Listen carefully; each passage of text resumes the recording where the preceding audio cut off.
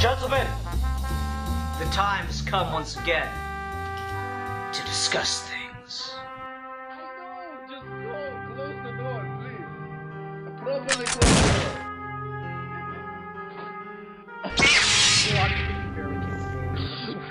the door. Well, I'm gonna mail you a copy of The Guns of August, and just flip to the chapter about the Russian steamroller, and we can talk after that. Oh, God. That's my mom. Okay. So on that note, let's go ahead and get started. Hello, everyone. I am Sid Part 2. Joining me today is Milan Jeftik 1992 and the Steve Baxi. Beware the Steve Baxi. Beware the Steve Baxi. Yeah, my mother just came in and started yelling about how Obama is Freddy Krueger and that all the American government are sick from star sickness. It's a wonderful thing. Yeah. So, Steve, what are we talking about this week? Today, we were talking about one of my favorite films of all time, one of the best films of all time. We were talking about the film noir classic, which is weird because it's a neo-noir, Chinatown. Oh. Which is not exactly apt. I'm not sure if it's aptly named or not aptly named at this point. It's aptly named, I think. The whole Chinatown thing is an aspect of the film. Well, like, the thing that drives me crazy about it is they keep saying Chinatown, Chinatown, Chinatown, so it has, like, that Wizard of Oz thing, but then Chinatown's only in it for, like, 2 minutes. So I guess it's like a gritty version of the Wizard of Oz. Well, I mean, like, remember, Chinatown is a symbol in the film, and it's got a very specific purpose that we can get into. I think it's aptly named. It's a good idea. Yeah. Milan, what are your... Let's have you start it out, just because you never get to start out. Milan, what are your thoughts on Chinatown? A man blows up? What? A man blows up. Huh? No, that doesn't happen. Yes, he does. He, grows fat and then explodes. No. Oh, I think I watched the wrong film. Big Trouble in Little China. No, Chinatown. Oh. You mean we fucking sat there and went through all of that shit and you're not even gonna be able to be in the rest of the fucking video? I actually watched Big Trouble in Little China. Oh. I watched the wrong fucking film. I don't know, they're all the same to me. Are you serious, or is this just a very elaborate joke? No, I'm serious. Oh, wow. Oh well. I might have... Milan, thank you for your batshit insane mother and for this hilarious little moment. I guess Steve and I will do our best Oh, to come power on, let through me this stay. I'll just sit here and comment on stuff. No, because what's going to happen is you're going to either say really stupid things or your parents are going to run in and we're going to have to deal with that shit. So no, Oh, no, come it's not. on. Saying stupid things is kind of my trademark. It's all you do. Yeah, But exactly. regardless, we're not gonna do that. Come on, Ian, don't throw me out. You and I together. Come on, I figured out what you hate most. What? You know, like you always use that whole mother thing to get me to squirm and cry. I figured out what I can say to get exactly the same reaction from you. What's that? Your cock up my ass. Nah. Not at all? Nope. Not even a little bit? Nope. Like me licking your chest? No? Nah. Playing with your nipples? Nothing? Nope. See you, Milan. Aw. So I don't think that's happened. Usually, like, it's happened that Milan either hasn't watched something, but I don't think he's ever watched the wrong thing and then told us once we started the video. Maybe we should always double check these things. Well, usually he'll, like, ask me at some point in the week, like, what are we watching again?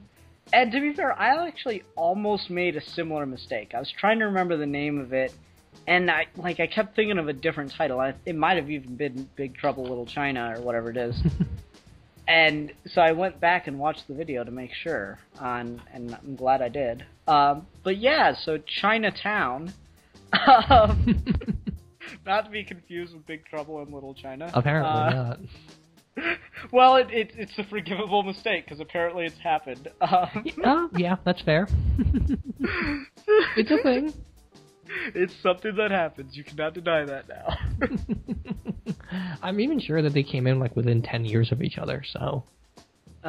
You sure it wasn't one of those, like, things where the studio announces they're making one movie, so another studio makes, like, almost the exact same movie, and they come out within a year of each other? Nope, this isn't an Asylum thing. Okay. Whew. Alright, so... So do you want to start with what you thought about Chinatown? Because everyone already knows I love it. I mean, I really did enjoy this movie. I don't love it. What, Milan? Oh, come on. Just let me stay. No, dude, go away. Bye. Please. Dude, we're getting into the fucking review. Go, now. No, like, I really did enjoy it up until the very end. And, like, I mean really the very end. The section in which they are in Chinatown is the only part that really bothers me, because... like, it's high emotion, there's a lot of suspense and, like, a lot going on there, but the logic of it kind of breaks down in that last scene. Well, what do you mean? Well, first of all, why are the woman and her daughter getting in the car when, you know, they should be under, or at least the woman should be under arrest at that Because they're trying to get away, because Noah Cross owns the police, and they'll just turn it over to him? No, not, like, I understand that they're trying to get away. I mean, why are they actually getting in the car? Because, Giddis's, like, partners have already been, you know, cuffed, so why aren't they cuffed? Because they didn't do anything, really. They didn't do anything that's provable to arrest them. Like, I don't see what you mean. Well, no, but the cops still wanted them, so I'm wondering why they were able to just, it looks like they just walked past the cops, and so there's just a lot of stuff, little stuff going on. And then when the well, see, I don't see what you mean at all, though. Like, why would the cops want to arrest? Because they wanted her. That was the whole. No, point. I mean, like, Noah Cross wanted her, and Giddis was just getting in the way. Like, I don't see what you mean. Dude. Giddis was supposed to take the cops to get her. Giddis was taking the cops to arrest Noah Cross, but he doesn't have any proof of anything, which is kind of the tragedy of the whole thing. But from the cops' perspective, they wanted to question her because they were sure she killed the husband. No. I think you're confusing that Mulray with the fake Mrs. Mulray that came in earlier, and how Jake never really said anything about her. No, like, they clearly said that they wanted him to take them to the real Mrs. Mulray to arrest her and question her. Like, that's why he ditches them when he's going to talk to their maid. At least that's what I got out of it, is they wanted to question and arrest her. But even beyond that, when Mrs. Mulray is trying to get her daughter into the car and Cross comes over and they start fighting, any cop would break that up immediately. They wouldn't let, like, all this pushing and shoving and, you know, get away from me, get away from her, be going on whatsoever. Remember... That's never something cop would allow to happen. Remember the repeated line of the film, though, like, do as little as possible in Chinatown. They wouldn't do anything because Noah Cross owns the city and the police. The police in the city, very specifically, are designed to not do their job. Fair enough, but I don't know, just too much, like, I guess the problem is that you're having to explain that to me, and I didn't pick up on just that part of it. Well, see, that's strange. I mean, like, they constantly have that repeated line where, even the last line of the film where they said, "Forget it, Jake, it's Chinatown," and Jake explained to Mrs. Mulray and to himself that in Chinatown you do as little as possible. And the fact that they forced Jake to just leave her dead like that because they can't do anything about it, they're not going to do anything about it. I don't know, like, I really do wish I could have watched it a second time, because up until when they go to Chinatown, I was really, really enjoying the film. I just did not like the ending. And so I think if I'd known where the movie was going and I was able to watch it again, I might enjoy it more, but strictly from a, you know, first time I watched it perspective, I don't think the ending works. That's fair, but I think when you go back and rewatch it, you will see that it's all kind of seeding there and it does work. That does sound true, because what you're saying makes sense, but to me, I just cannot imagine, no matter how powerful the person is, like, cops just sitting there in public, letting a guy, get close and, getting up in a woman's face, especially in, 40s, I think this is set The in. 30s. Oh, 30s, yeah, even then, even more so. Getting up in a woman's face, and her saying, get away, get away, get away, you're never going to touch her, blah, blah, blah. I cannot imagine police officers, no matter how corrupt they are, allowing that to happen in public. Well, I guess more than even the corrupting, it is a really stylized film, too. It's in that vein of classic noir, where everything is kind of a bit heightened, except for certain elements.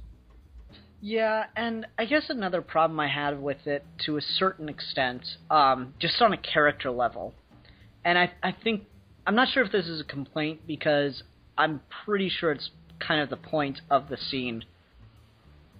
Grittiness is just so, not in control, but so quick and able to smooth things over so well and worm his way out of just about any situation, with the exception of his nose getting cut. That it's really awkward that in that last scene he has no sway whatsoever. And I think that's the intention, because, Chinatown's this very ominous thing throughout the film, and he knows he has no control there, so that's why he doesn't like to go there, but at the same time, it really throws the feel of that scene for me. Well, remember, one of Gittish's shortcomings throughout the whole film is that he's unable to see the big picture of things. There's that fantastic scene where he's talking to Noah Cross after he's figured everything out and gotten to the bottom of the mystery despite not being able to stop it. And he talks to Noah and he says, why are you doing it? How much better can you eat? What more can you buy that you can't already afford? And Noah Cross says the future, and Grittiss just doesn't understand that. Yeah, see, I almost wish the movie had ended there, because I enjoyed that scene so much. Yeah, it's a good scene, but I mean, it also explains like the tragic flaw in his character, which is he's completely fatalist and he doesn't see the bigger picture of things. His whole life is relegated to small victories. And the smallest victory he can get in this film is that he figured out what the plan was. And everything else was just naturally going to fall apart for him whether he tried or not. I don't know, see, there is almost an alternate ending for this. There is another problem. I'm not sure if it's a plot hole or if I just missed something. How did the cops know where his partners and the woman and everything would be? You mean near the very end after he ditches them? He ditches the cops and then goes and talks to Cross, and then when he goes to meet up with his partners and Mrs. Cross in Chinatown, his partners are under arrest and everything goes to shit. If I remember right, it's because they were tailing his partners too.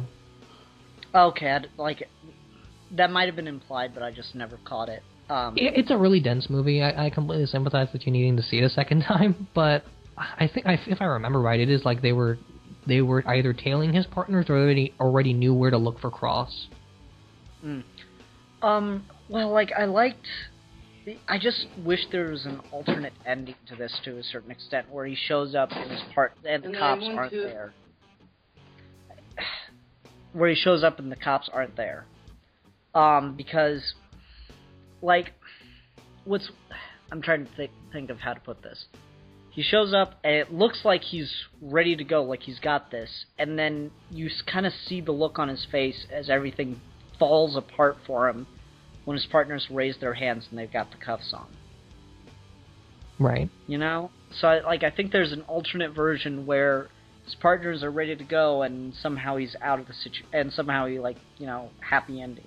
And I don't need a happy ending or anything, I would like to see what exactly he was planning on. Well, I think that would just kind of go against the whole conceit of the film, though, right? It's a film designed to subvert the expectations of Hollywood happy endings.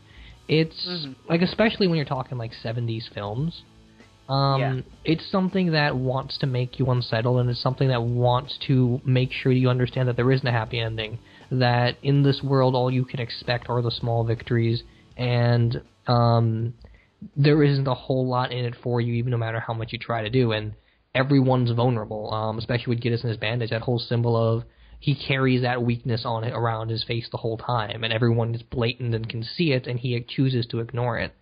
So I think getting that happy ending just kind of destroys what the movie's about. Yeah, and like I said, I don't want the happy ending, but at the same time, I'd like to see where he was headed with it. I'd like to see what he was planning, and I guess with all my problems really centering around the end, I would just like to see it go to hell in a different way. If that makes sense. I mean, I guess it does, but I feel like everything in the ending was just perfectly placed, though. It's one of those films that is building to a very specific ending. Mm-hmm. It's a little like In Bruges when we say that, which is funny because I wanted to pick that movie, but Eric and Captain Logan did that on Netflix Roulette. Then I realized they also did this movie. Oh, that's funny. Yeah. I was disappointed this wasn't on Netflix, but I was able to watch it on YouTube with like those. Have you used any of those Google rental things on YouTube? I have not. When I watched it, it was on Amazon Prime. And I know it was on Netflix at some point. Yeah, Netflix does that. It'll be up and then gone and up and gone. It's really annoying. Sorry, excuse me for a second. Now, back to the movie. See, I think all our disagreements on this film are going to really come down to the ending. And I think I do need to watch the movie a second time if I have the chance to really understand some of the stuff you're talking about in the ending, because that's the thing about mystery on film, and this is a very visual movie. You show a lot more than you actively tell. So it's entirely possible that I missed a single shot where they show cops following his partners. And that would solve a handful of the problems with the ending. I still have a problem with, here's this woman who's obviously really upset that this guy's trying to talk to her daughter. We're in public. I know this guy bribes us, but let's just simmer this whole thing down a little bit. Well, I guess if you get inside the mindset of the cop, it would be, do you really get in between a woman and the guy who's so powerful he could just effectively ruin your whole life because he devalued the entire city overnight? Yeah, I guess that makes sense. And, there's a lot to be said for watching a movie a second time. Yeah, but again, it's definitely one of those things. This is just me and my first time watching it reaction, and I'm gonna be honest, that's the reaction I had, that I did not like the ending for, a couple of the reasons that I listed. And even if they can be explained away, everything that you're saying, it's almost entirely based on at least two watchings, right? Yeah, somewhere around that. This is, like I mentioned last time, this is the first movie I ever wrote a paper on, so I did watch it multiple times. Yeah, and I think that's something to keep in mind. And, it's not that I don't want to watch it again, because I really did enjoy it, and I almost wanted to try to watch it again, but with the rental system that I did, you only have 48 hours to watch it through once. Oh. Which, not exactly like renting, when you think about it. That's a little crazy. I mean, if you rent it on Amazon, you can watch it as many times as you want for about, 48 hours. Yeah, and so it's not a horrible system or anything. I just wish it was a little more, streamlined, consumer friendly, I guess. Oh yeah, well that stinks. It's definitely one of those things you have to go back and watch a couple of times, and I'd even go as far as say even if you just watched it, maybe it's a good idea to watch it the very next day, because the fresher it is in your mind, the better. Where was I going with this? It's also one of those movies, because film noir is famous for its really convoluted plotting, and you don't know how you got from point A to point B, but you did, and you don't question it. And there's probably a little bit of that going on, especially with that whole fake Mrs. Mulray thing, and the whole, she's my sister and my daughter thing. So, I guess a little bit of that could explain away some of the plot details. And even if you go back and watch things like The Maltese Falcon and The Big Sleep and Double Indemnity, they've got kind of the same issue. And ultimately, it's not about as much as all the stuff you can explain away as much as it's about what is it saying with the events that have already transpired. And kind of what they signify and what they mean for the character. It's more about the ideas and the metaphor than it is anything else. And that's not to say they don't have good characters. J.J. Gittes is a really good character and a really good private detective character. Evelyn Mulray is pretty tragic as far as femme fatales go. And Noah Cross is a pretty terrifying villain. All things considered, his plan and his kind of warped perspective on everything. It's fascinating to go back and see it and realize that his plan is actually pretty genius. And it's based around the whole California water wars that were going on around that era. It's not something that you need to completely understand the film, but it definitely adds a layer to it. And if I remember right, this was also added to the Library of Congress for being historically significant, and I can totally see why. It doesn't tell you a lot about the culture of the 70s, but it does tell you a lot about the culture of the 30s. That's really interesting, then, because, I don't really know too much about, 1930s L.A., right? Yeah. So, I mean, I consider myself a history buff, but never anything that specific.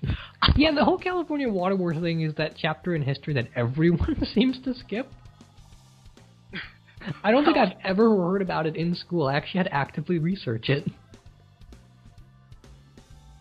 Well, it is just such a specific thing. I don't know why you'd, it's covered in school, because, yes, some people were real assholes. Right along now. I don't know, I guess because in that era you still had Hearst was still alive, right? William Randolph Hearst? I believe so.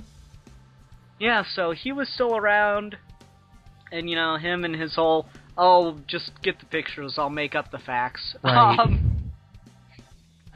Which, in a lot of ways, William Randolph Hearst is the first modern journalist.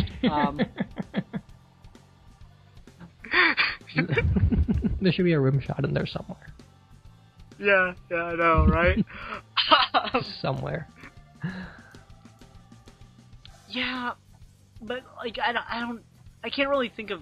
This is significant, but I can't think of any particular reason that you would need to research it.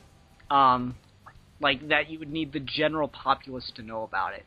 There's that line, those that don't know history are doomed to repeat it. Yeah, but you don't have to know every single thing about history, because that's ridiculous. No, that's totally fair, and it's not something that even really informs the film.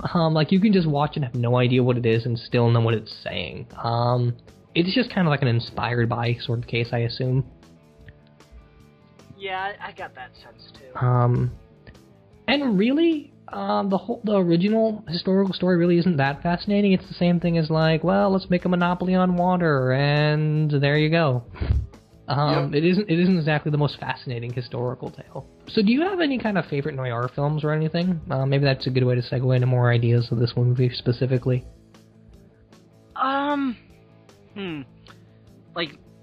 Old school noir, or just anything with that mystery guy kind of field? I guess more old school noir, because that's kind of what this is riffing on. Just anything with the whole classic hard-boiled detective, femme fatale kind of formula. Alright, well, it's not an old movie, but it does have a lot of this in it. You ever seen Lucky Number 11? Yes, I think, but it's been years. I really like that one. It's got a lot of that classic thing, and it's, the fast talking and stuff. Right. there's this great scene where it's you're gonna go see the rabbi. Why do they call him the rabbi? Because he's a rabbi. If I remember right, Ben Kingsley and Stanley Tucci were in that. Yeah, and Morgan Freeman and Bruce Willis. Yeah. It's a really fun movie, but it gets really kind of dark at a certain point, and I don't know if it needed to. Lucy Liu's in it, too. Oh, that's cool. It's already Tarantino-esque. Yeah, it's very Tarantino-esque, but in, even more, in a style that he never does. Because, Tarantino's whole thing is, I've watched all these movies, so I'm just going to make a movie where I do all of these movies in one movie. I heard you like movies, so I put movies in your movies, so you can watch movies while you watch movies. I guess if Tarantino ever did, a noir riff, it would just be Sin City. Maybe. I don't know. But yeah, Lucky Number 11's a big one for me. I guess I'd have to think, because I do like that style of movie, but I haven't watched many of the, the old ones, just because, I grew up watching fucking Monk and Psych all the time. What more do you need? Well, yeah, I've always really liked the old classic noir films, like Double Indemnity and The Big Sleep are two of my favorites. Murder My Sweet's really awesome. Maltese Falcon is a classic. Long Goodbye is really good. Oh, anything Hitchcock, really. Like his, murder mystery stuff. What was the one I watched with Haley? Charade? Charade? I don't think I've seen that one. With Cary Grant and Audrey Hepburn. That sounds like an awesome pairing. Why haven't I seen this? There's this great scene where she's in this, this Interpol agent, I think he is, his office, and he's talking about all these men that showed up to her husband's funeral and how they're all international criminals and how that they're all very dangerous and have been convicted and are wanted for different murders, and how they're all interested in something that she has. And she's like, "Sir, if you're trying to scare me, you're doing a damn good job." It's just the perfect delivery from her. She is so funny in that movie. Oh my god. Oh, that sounds pretty awesome. Yeah, she was great in that. Because she starts out, "Sir, if you're trying to scare me, you're doing one hell of a job." If I remember right, that one was out during the advent of the whole political thriller thing too. Yeah, it's got some of that in it. It's like Nazi treasure kind of thing. Oh, that's awesome. And who doesn't love Cary Grant and Audrey Hepburn? I'm pretty sure it's Cary Grant. I can never remember. I always get him mixed up with one of the other guys that was in all the Hitchcock movies. It's probably him. If it's Hitchcock, you've got a 67% chance of getting it right if you say Cary Grant and Hitchcock. Yeah, I'm taking a class on mythology, and my professor says, if you say that they're the child of Zeus, you're guaranteed 75% chance. Yeah, exactly. Right. It's exactly that realm of thinking. No, this Charade isn't a Hitchcock film, but it's in that style. Right. North by Northwest.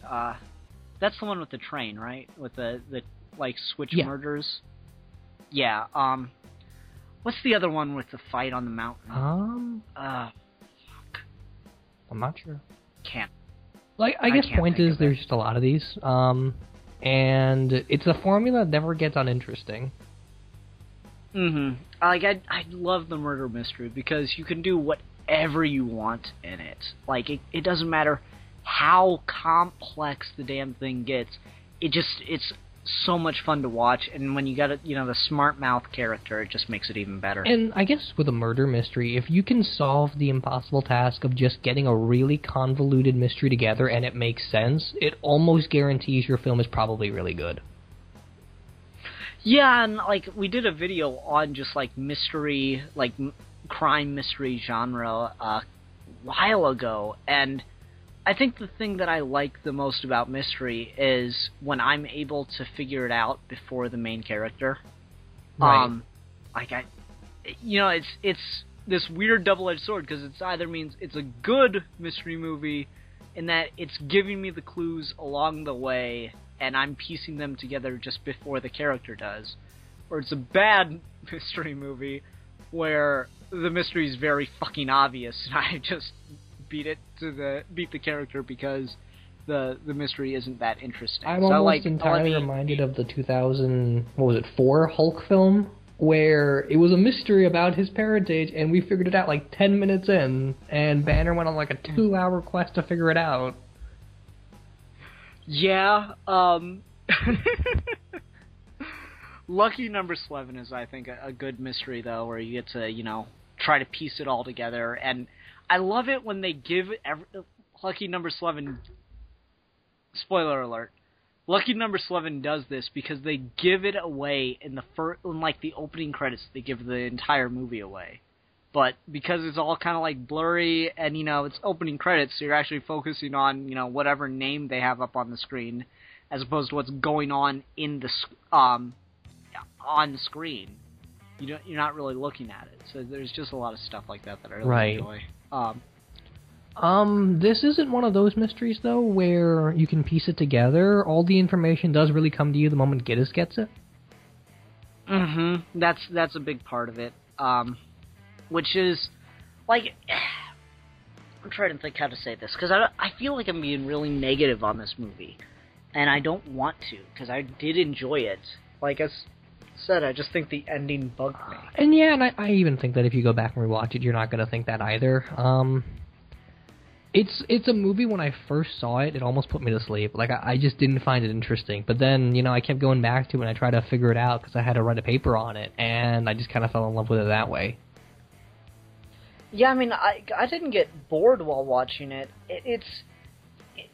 Let me rephrase that. The only problem I had while watching it is the fact that it's, you know, a movie made before my generation of filmmaking. And so it has the problems that I have as a modern film viewer going back and watching them. It's just the pacing's slower, you know, the conventions are just done differently because, you know, some modern conventions hadn't been invented yet. You know, we're used to a much quicker pace in modern cinema, and so that's a little problematic, but it's not the film's fault. It's on me to get used to. And that. the 70s were kind of hit and miss with pacing anyway. Like, for every Godfather and Alien and Jaws, there's stuff that's really slow, like All the President's Men or Deer Hunter. Yeah. Or Taxi Driver, or just French Connection, stuff like that. Like, 70s was a weird hit and miss era anyway. Yeah, Taxi Driver is another one where it's just a really slow movie, and part of that's on purpose, part of that's just the time it was made in. The Godfather, the first one has that to an extent. The second one less so. Mm-hmm. Those are another. The Godfather films are another one on my list of movies I will never watch. Oh man, that's almost a disservice to the whole gangster mafia genre. Yeah, and I'm sorry, but you know, it's because of people like you that say things like that. I'm sorry. I mean, I guess I grew up on a lot of these movies that you don't watch.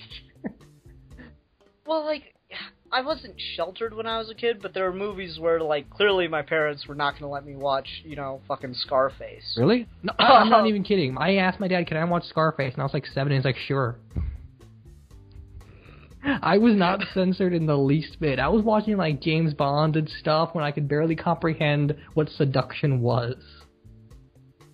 Well, like, I guess it's weird for me, because my father would let me watch anything as long as it was funny. But he wouldn't let me watch serious movies, and I didn't have interest in serious movies when I was a kid, because, you know, they're not entertaining for kids most of the time. So, like, I was allowed to watch South Park when I was the same age as the kids. Like, I remember when my friends got really mad at me because I was going into 4th grade and they were going into 4th grade, and he was upset that he wasn't going to be able to grow up with them the way I was. And, you know, ultimately that's not what happened, but still. At the time, it was very offensive to him. No, like, I think part of it was because, you know, South Park's animated, but still. You know, just that adult perception of it's animated, it can't be bad. And, you know, it's important to note that he didn't watch it with me. And I guess he knew that I wouldn't get half the jokes. This might sound like a weird question, but did your parents ever, like, teach you how to watch a movie? Elaborate, what do you mean? Okay, because maybe it's just me, because my dad used to be an actor. And, when he watches movies, like, no matter how adult or how childish they are, he always sits me down and he says, like, look at this one very specific thing. And then I'd fall in love with that movie. And then he showed me something else, and look at this one other very specific thing. And I'd fall in love with that. Like, what do you mean? Like, do you remember that scene in James Bond, Spy Who Loved Me, where it's the opening and he's jumping off the cliff and the parachute pops? No, because I haven't seen that movie. Okay, well, maybe a better example. Geez, what other movies have we seen together? Have you seen Enter the Dragon, ever? Okay, yes. Do you remember that scene where Bruce Lee goes down and to the mirror dungeon place thingy? Mm-hmm. My dad would sit me down and watch that scene, and he would just say, like, concentrate on, like, how well shot it is, how slow the camera's moving, like, how the whole stage is designed, and could you imagine walking around in that? And then other things, like, if I ever watched a James Bond movie, he'd say, like, look at the way Sean Connery's walking around and how he stands compared to other people and things like that.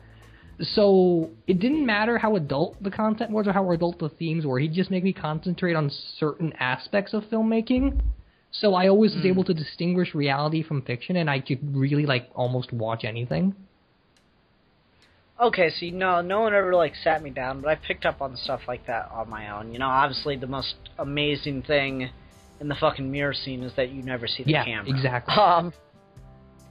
And just, it's always impressive when someone's able to pull shit off like that, and it's, like, well lit. I mean, even fucking Nolan fucked that up. I mean, there's dozens of movies where you can see the camera, but that one scene where it's almost 100% guaranteed you will see the camera, you don't. So, no one ever sat me down and talked to me about that. That's something I guess I just picked up on my own as an editor, and, like, you know, I shot my own movie and everything. So, yeah, I always feel bad when I say that, because, like, I know Bobby listens to this show with some regularity, and it just makes it sound like I'm stealing all the credit for myself. But it's like, I'm not going to go into the movie Bobby and I shot, and Bobby helped out a lot too. No, it's just, it's so complicated to say that, so I just say my movie. No, but, like, when we were shooting Epic Quest, which you need to see just so that you can enjoy the, like, movie in which I made myself an editor. Because so much of that is just, hey, and write this, like, it's so much of just past Ian writing checks that future Ian then had to cash. We do the famous hallway scene and the priest runs through with a lightsaber. There's so much to that, you asshole! Past Ian was a jerk. Hate you. Yeah, I hate that guy. No, but, so there's, like, a lot of stuff just that I've noticed since I've been an editor. Like, one of the funniest things, you ever watch Psych? Yes, I love Psych. Yeah, me too. There's this one scene that I'd never noticed, and it's, like, from an episode that I'd seen hundreds of times, probably. Because, you know, I'll watch them when they do marathons and whatever. Because there's something, you pick up a new detail every time you watch that fucking show. There's, like, one scene, and, like, someone must have, like, the DP must have been sick or dead or, like, tired as a dog or something. Because you can see the shadow of a cameraman, and it's not just a camera guy, like, standing there.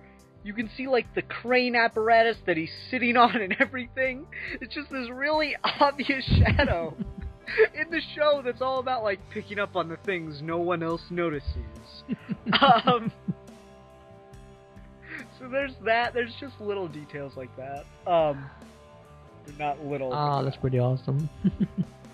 And Psych's a fun show because they put a pineapple in every episode. And if you think that there's anything that would stick out more than a pineapple, that thing is hard to find sometimes, man. Right? It's a 40-minute show. I can watch as much as I want, but a freaking pineapple, I just can't find it half the time. You gotta really give some credit to the set designers. Oh, yeah. That's one of those shows where, like, they travel all over the world, and you never notice that they're just building sets as they go. Alright, so back to Chinatown, I suppose. Yeah, I guess since we're talking about, like, editing and just the visuals and stuff, what did you think about this being a noir that's almost entirely set during the day? That was interesting. There were a couple night scenes, and the night scenes are some of the most, like, tension-filled, too, aren't they? They have that really classic noir theme of truth is always revealed in the darkness, but uncovering that truth seems to always happen during the day, and it's a really cool contrast. There's even a lot of those scenes where when Grittiness is learning things, everyone's dressed in white, and everything else is just black.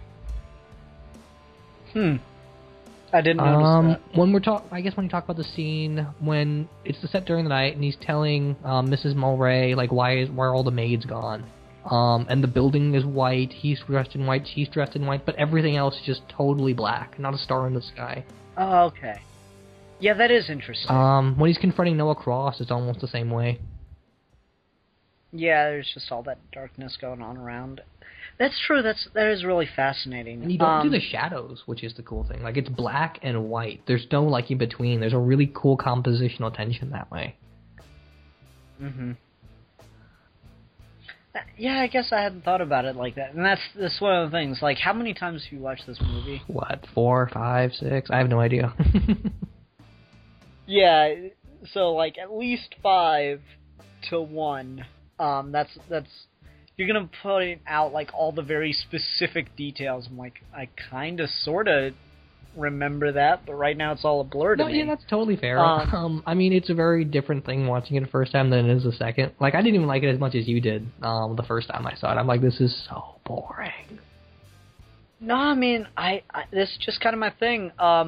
You know, we're, like, probably, like, what, 40 minutes in at this point, so I should do this now before I forget. I was a little disappointed that there wasn't any preteen pornography, given that this is a Polanski movie.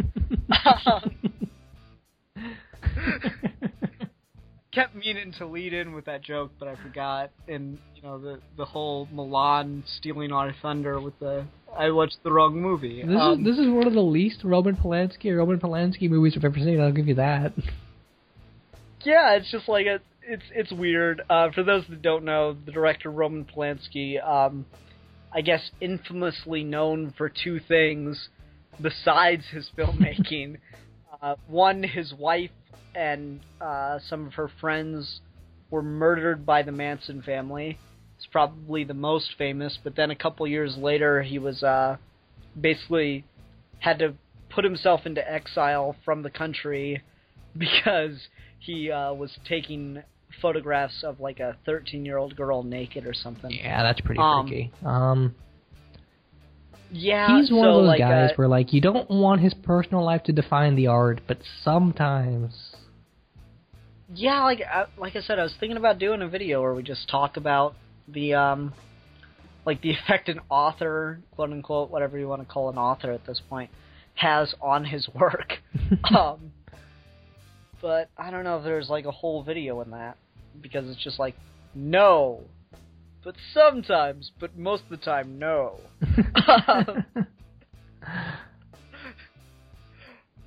Because that's really the answer to it. I think so. I think I could agree. Something interesting about this movie is the man who wrote it. I can't think of his name right now. The producer originally offered him, like, around, like, almost $200,000 to write a Great Gatsby film, and he said, I can't do it anywhere near as good as F. Scott Fitzgerald, so just give me $25,000 and I'll write Chinatown. And he did. And the guy who composed the film did it in only 10 days.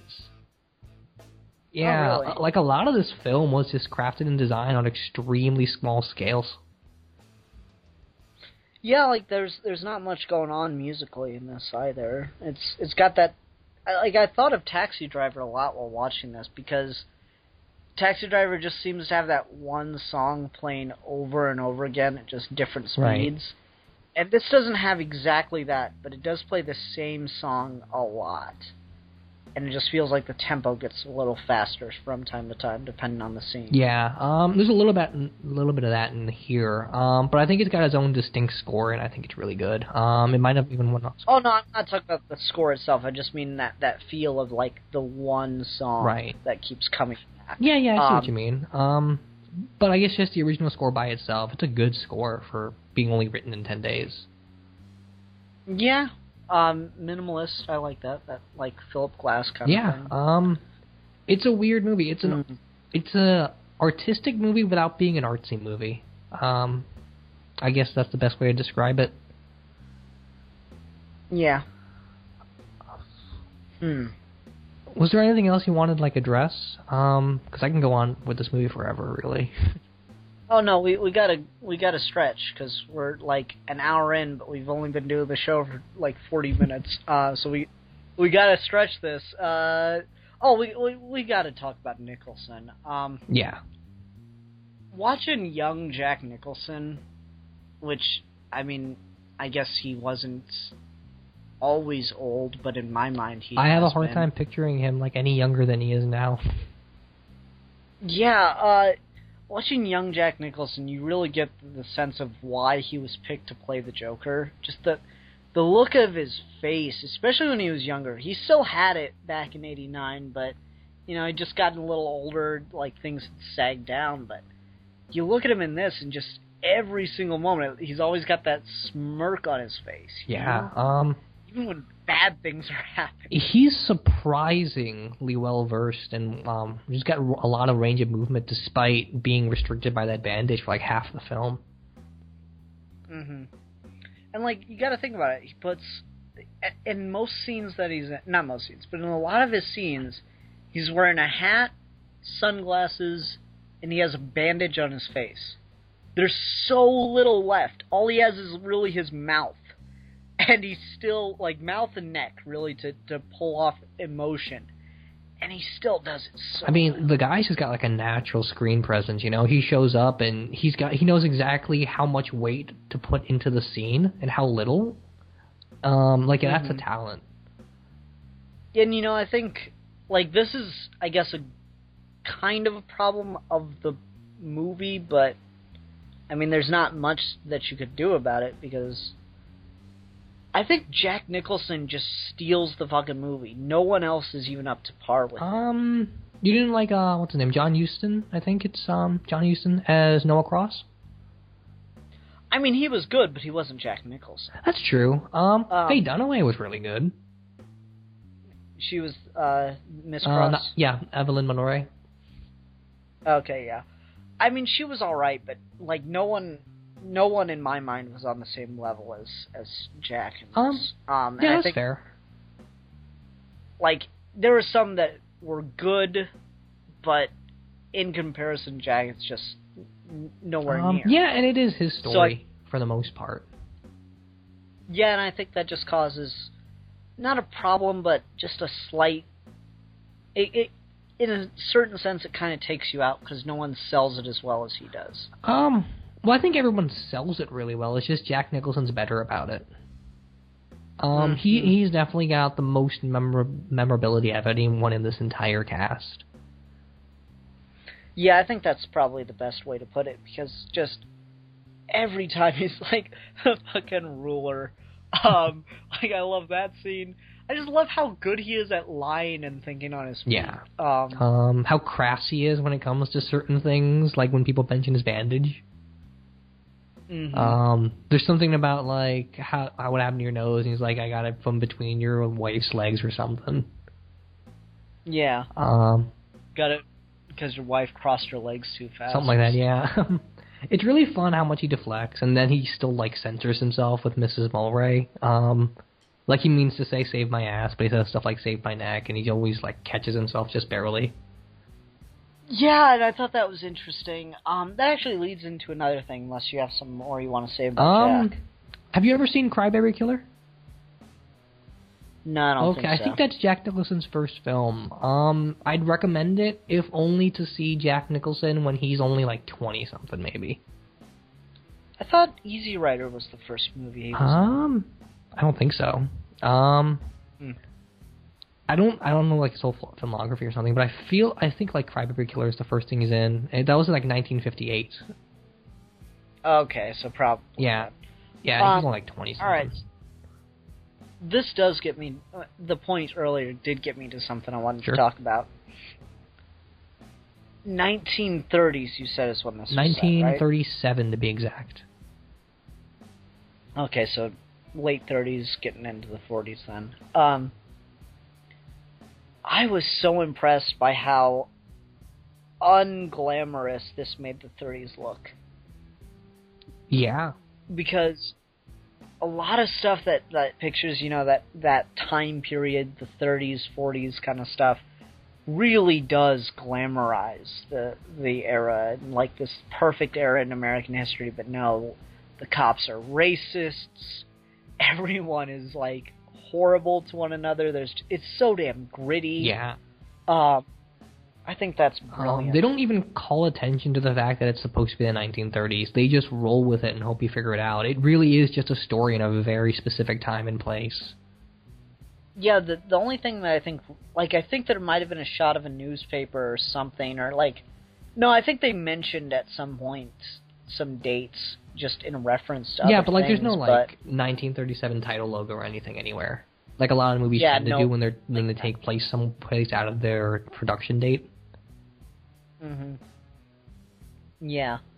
No, I was just really impressed by that. And, like, the cars looked so good, and I love that scene where he breaks her taillight so he's able to follow her.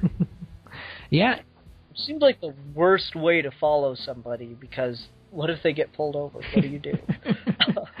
I mean, it's really clever in that way. Just little things you don't really get why he's doing it, but then it makes, like, weird logical sense, and you don't have to ever mention it or talk about it. It's just there. Yeah, like when he puts the clocks underneath the guy's car tires. Yeah, just little things like that. Even the fact that he's got a team of people. Like, he's a private detective in a noir film that's got a team of people. How often do you see that? You don't. The other thing that I liked that showed just how gritty and, like, you know, awful in a lot of ways this era was, is when he goes into the guy's house to ditch the cops, and the dude's wife that he took pictures of answers the door, and she's got a black I know, that's eye. fantastic. Not for her. No. Steve, women with black eyes is not fantastic. For her, but I don't know why I have to tell you that. But just the fact that they don't even address it. It's just there visually, and it gives you a really good, interesting idea about, like, what the social politics of that place were. Even, like, the crassness in his voice when he's like, he's got another case about, like, spousal unfaithfulness the moment the fake Mrs. Mulray shows up. Like, this is a really unglamorous guy, but he's trying to put on a tougher persona. Yeah, I mean, like, I just love that scene, though, where the woman answers the door, and you just see him, like, he almost loses it for a sec, because he's like, I did that to her. You see it on Nicholson's face, like, how shocked he was. I'm curious when this, like, surprising the actors thing really got big in Hollywood, because I'd almost say that's what happened there. Probably, yeah. You know what I mean?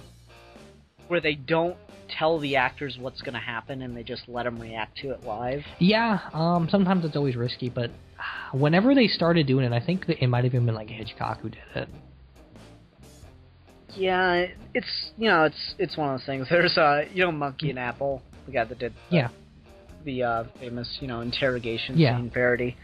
He has this great fucking thing called, like, Behind the Scenes of Alien, and the whole time they're just bitching about the fact that Ridley Scott never fucking talks to his actors and gives no direction whatsoever. And, like, the epitome of it is when the main male lead starts talking about the famous chestburster scene from Alien. It's like, it's always hailed up as, like, this brilliant fucking moment in direction, but that was just the day-to-day of the set. No one ever told us anything. I was there thinking that we were just actually having lunch, and suddenly a man started choking, and I wanted to help him, and then something blew out of his chest, and I thought it was a dick, and I spent the rest of my life afraid that a dick will just burst out of my chest.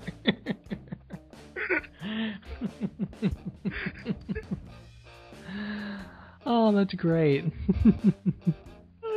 It's so true, though. Ridley Scott is, like, the worst director ever. It's strange, because he does have some of the best movies, but... Yeah, but, like, so... Just that scene where where the door is open and the woman's got the black eye, and just the look on Jack Nicholson's face is so... I really don't think he knew that's what was about to happen. Probably not. It's really subtle, too. Like, you blink and you miss it, and... It almost doesn't have much consequence aside from just your own thinking about the moral ambiguity of these characters. Well, like, I guess what shocks me more is that the husband's there, and he's so nonchalant about it.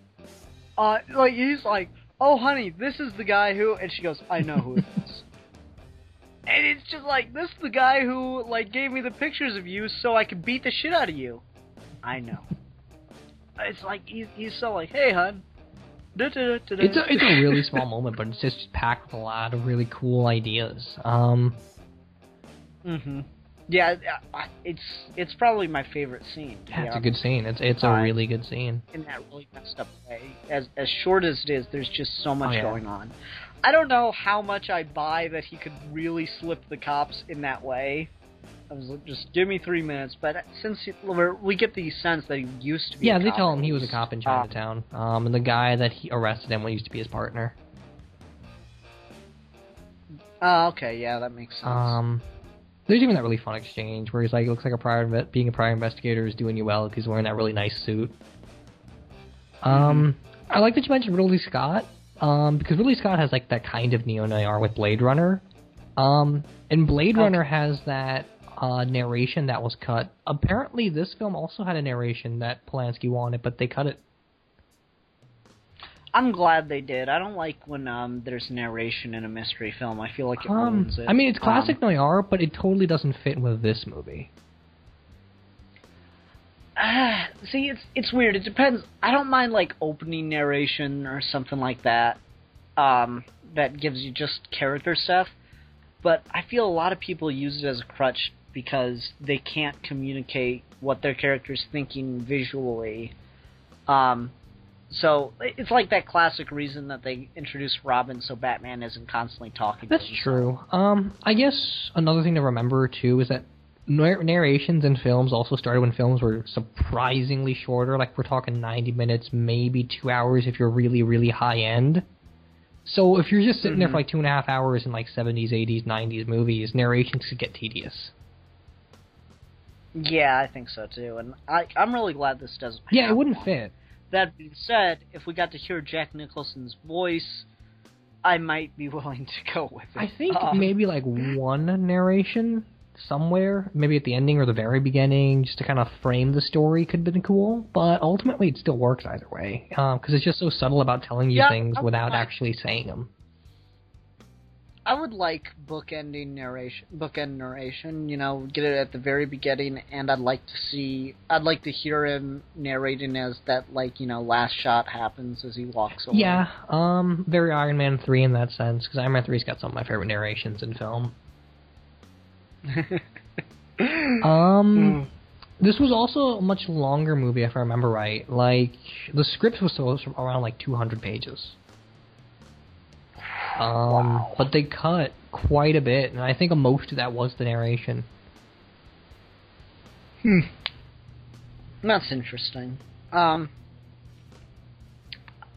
trying to think what to say about the narration. That, like, I'm not sure what would the narration have done for the movie. I have no idea.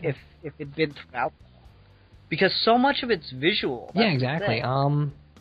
Like, I guess it would have cheapened it in a big way, I guess, yeah. Like, the reason we had narration in older noir, not just because they were short, but also because that's how we understood these characters' moral ambiguity, when they told us their insecurities in their head. But with Nicholson and his acting and the way this film is written, you see it all there visually anyway. It'd be a little redundant.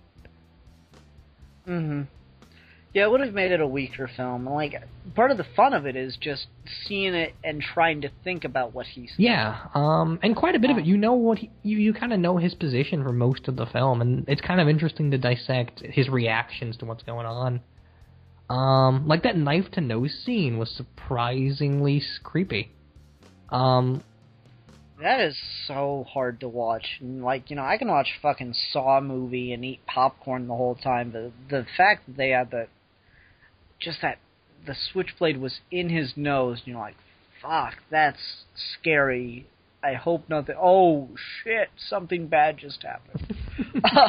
It is pretty intense. Like, it's a really tiny thing, and you don't expect, like, people like Philip Marlowe to even flinch, but no, he's carrying it through his whole film. I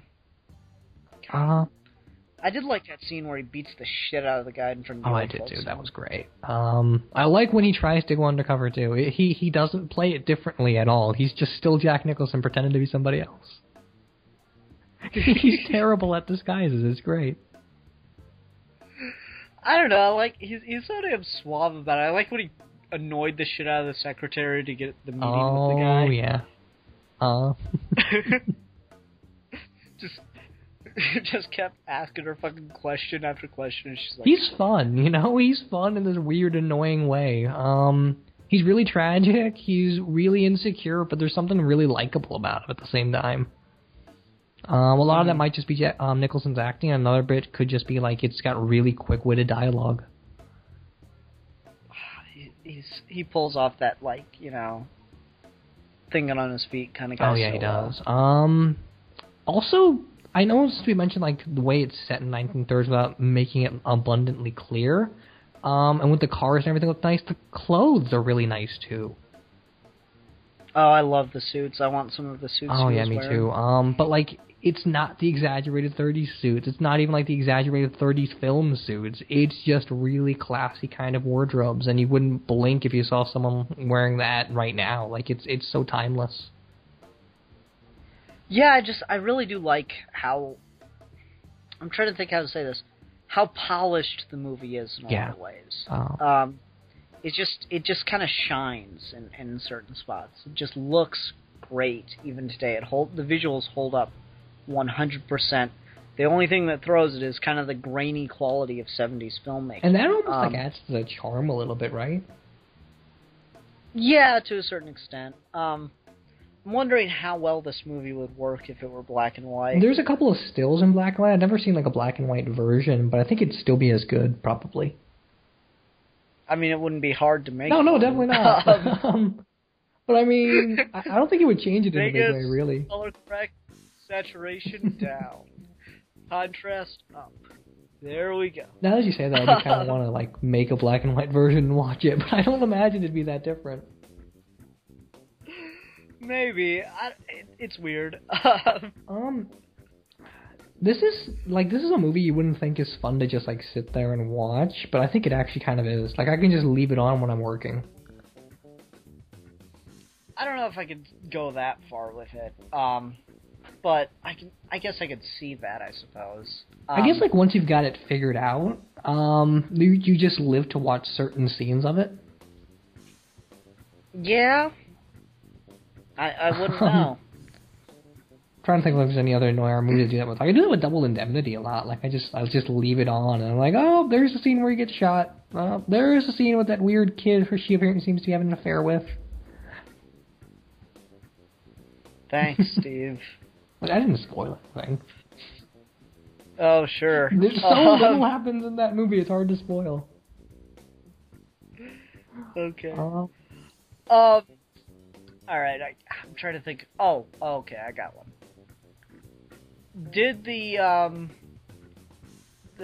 fact that he and Miss Cross hooked up detract from the story? Did it seem kind of like... I'm trying to think how to phrase this. Did it cause like a detour kind of feeling to it at all? No. Because they're very clearly trying to set up Evelyn Mulwray as kind of the femme fatale classic character of the hero falls for her, and she's gonna double-cross him. And she does. But it's tragic because she's not trying to get ahead, she's trying to save her own skin and her daughter/sister. So I liked it simply because it's a good fake-out, and even on rewatches, you can see there's a little bit deeper than just her kind of faking it out. It is really, she's in trouble and she's kind of desperate for things. Okay. Like, see, everything I say, you're just like, oh, watch it again. I don't mean to, but watch it again.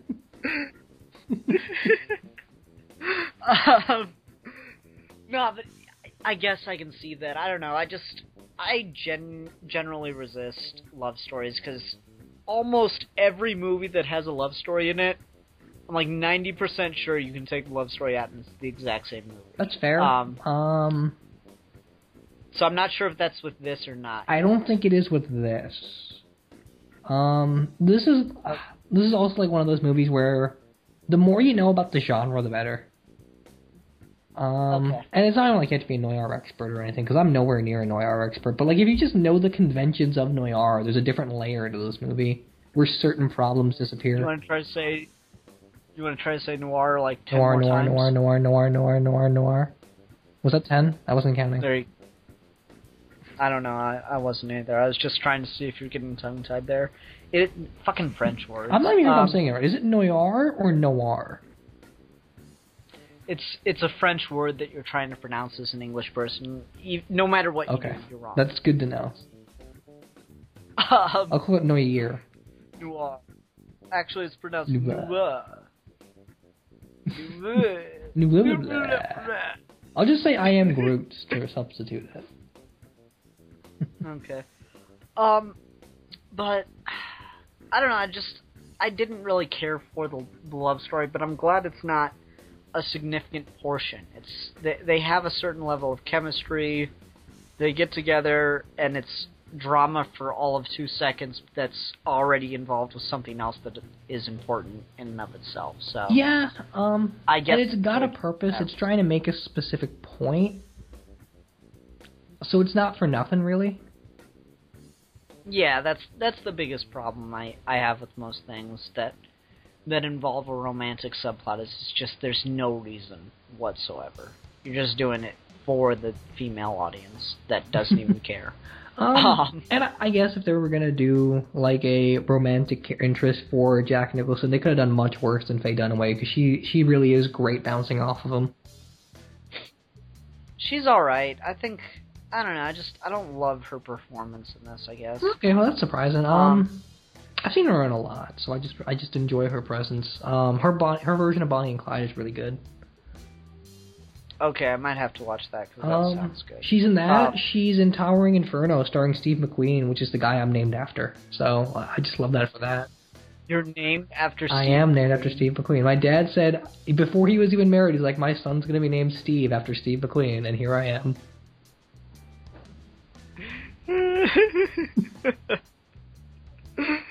Okay. We're gonna watch Cars at some point then, and we should watch The Great Escape at some point. But she's also in 3 Days of the Condor, which is one of my favorite political thrillers of all time. Cool.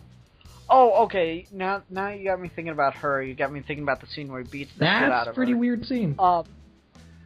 It's pretty frightening to see. But you know what's most weird about it? Oh, she's my sister and my daughter. No. That's perfectly acceptable. The thing that I, was just so, this is not right, I'm in an alternate dimension, so. is hearing Jack Nicholson say, I want the truth! It's no, you're the other side of that line! I almost want to, it's the internet, I think I should be legally allowed to do this without infringing on copyright. I just want to create, a 10-hour loop of Jack Nicholson saying, I want the truth, and Jack Nicholson saying, you can't handle the truth. And it's hilarious, because he couldn't handle the truth in this movie. Just over and over and over again. Oh, I didn't even catch that. That's hilarious. It just felt wrong. And, as good as the scene was, I totally just... Jack Nicholson, it's your fault for being in good movies. It just totally took me out, because that's all I could think about for the rest of the scene. I would love to, listen to the commentary for A Few Good Men, and, what if the director just said, well, the whole reason Tom Cruise says I want the truth is because I loved Chinatown as a kid or something. Oh, that'd be so funny. And Jack Nicholson just says, wait, no, that's my line. You're supposed to say you're my sister and my daughter. Oh my god. Just that's all I could think about. That just took me out for that scene. It's a good scene, but that just took me out of it because I was like, oh, Jack. Were you disturbed by the whole sister-daughter thing?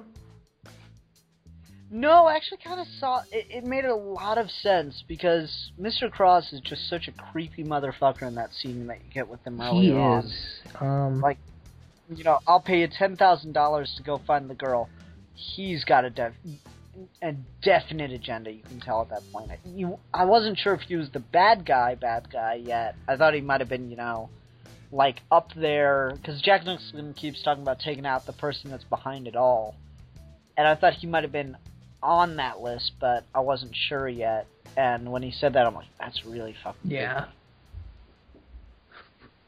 Paying $10,000 to find a person you have nothing to do. $10,000 in 1930s money, too. Yeah.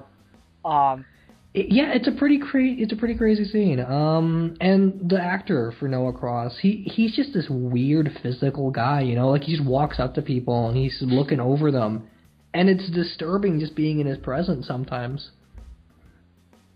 He's a big dude, so that really lends to the whole, larger-than-life feel that the character has. But just the fact that, he raped his daughter and had a daughter, he looks like the kind of twisted guy who would do that. And that he wants to, keep her, and you're like, no, you can't fucking do that. And he doesn't see anything wrong with it. Yeah. This is his philosophy, that if he's like the salt water he used to kill Mr. Mulray, if you can't adapt to the way he's doing things, then you're going to die. It's as simple as that to him. Yeah. Alright, maybe you can clear something up for me. The organization that they mention when they're in the old folks' home, Apple Core Club? Cross owned that? Cross owned that organization? The Apple Core Club thing? Yeah. Yeah, I think so. It's something that Cross had stake in, which is how Geddes got back to him. Okay, that makes sense then. I just wasn't sure about that, because I thought, for a while I was wondering if they just dropped that plot point or something. No, I think if there's any plot point that probably doesn't add up ultimately is the whole fake Mrs. Cross thing. I'm not sure if that was really necessary. I don't know, how else would you have gotten him on the case? Well, he's kind of a nuisance on the case though the whole time, so it's a little, I don't know, it's a little confusing. That's that one thing that's really hard to reconcile, and it makes me wonder, well, how did Noah Cross kill her too? That might just be something else where you have to really sit down and watch it again to figure out, but it's a little convoluted. Yeah. No, I thought that one didn't bother me so much, getting him on the case, because you needed someone to take the picture. No one knew that he would stay with him. Okay. It's weird, though, when you think about it, because, yeah. It's a little strange. It doesn't, destroy anything. Like I was saying before, with a lot of these movies, you have a plot to get to point A to point B. It's not about how you get there, it's about what it means that you're trying to get there and what happens ultimately when you're at point B. Okay. I guess I can get that. I guess I would compare it to Iron Man in that regard, because Iron Man has a plot that makes no friggin' sense whatsoever, but it's a really good character piece. Iron Man's plot is ludicrous. It is one of the most bizarre, worst superhero plots ever, but it's a really fun movie because of Tony Stark. You don't like the selling weapons to both sides thing? Well, I mean, Iron Man 3 I do, but in Iron Man 1, it doesn't make any sense at all. All of Jeff Bridges' plans, it doesn't ultimately add up why he would do what he's doing. But I guess we'll talk about that later. Okay. I think we're good now, time-wise. Okay. So I'm just trying to think if there's anything else that I want to say, because I'm pretty sure I'm about spent on it. Yeah, me too. It's still one of my favorite movies, and I'm glad I got to force you guys to watch it, or at least one of you. And force Milan to watch something else. I think he enjoyed that other experience, though, so it's not really as funny. Yeah. That is too nuts, though. So, alright, so Milan should have picked the topic. Let me see if I can add him back, and have him not be mad at me. Because I was being a bit of a dick earlier, but I was getting very annoyed. Well, I guess while he comes back, we could also rate it. Yeah, let's go ahead and do that. You go first. Okay, let me see if I can think of something. I will give it 5 fancy 1930s suits out of 5. I will give it... I'll give it 3... It's fun. 3.5... 3.5 hours of Jack Nicholson loop of him saying, I want the truth and you can't handle the truth. Out of 5 hours of Jack Nicholson loop of him saying, I want the truth and you can't. If Milan was here, I was hoping he'd say, he'd give it something out of something, 5 dirty old men or something. 5 out of 5 dirty, incestual old men. Yeah. Noah Cross is freaking creepy, man. He's on the list of American Film Institute's top 15 villains or something. Yeah, he's up Really? there. I don't know if I'd put him there, but he's a creepy Well, he's up there, bastard. and Gittes isn't on the list of heroes, which is surprising. Okay, well, it looks like Milan isn't going to be here, so next week's topic will be a surprise. Hooray! We get cake and everything. Dang. No. There will be The no cake is a lie. Oh, fuck you and your You ever memes. play Portal? I want Okay, to. when we play now. Portal, you'll understand why the cake is a lie. No, I know Oh. why the cake's a lie. I said fuck you and your memes. The cake shouldn't be a lie. The cake doesn't need to be a lie. It's such a rash reaction, isn't it? You're just like sitting here with your little dumb joke, and I'm just like, shut the fuck up, Steve. Well, I'll just do like that whole paradox thing, like don't think about it, don't think about it, don't think about it, don't think about it. Okay. Alright, everyone. So thank you for listening. Until next time, I'm a philosopher. We still need to come up with a name for me, man. Steve Baxi is I am the nameless. I am the unknown. I am that formula when you're trying to figure out a test statistic and all you've got is students' T distribution and not a Z-score. That is, like, so elaborate. I don't think you could repeat that every week. And I won't be taking a statistics final every week, so I won't even remember that I said that. And we are your Geeky Gentlemen, and we will be discussing things.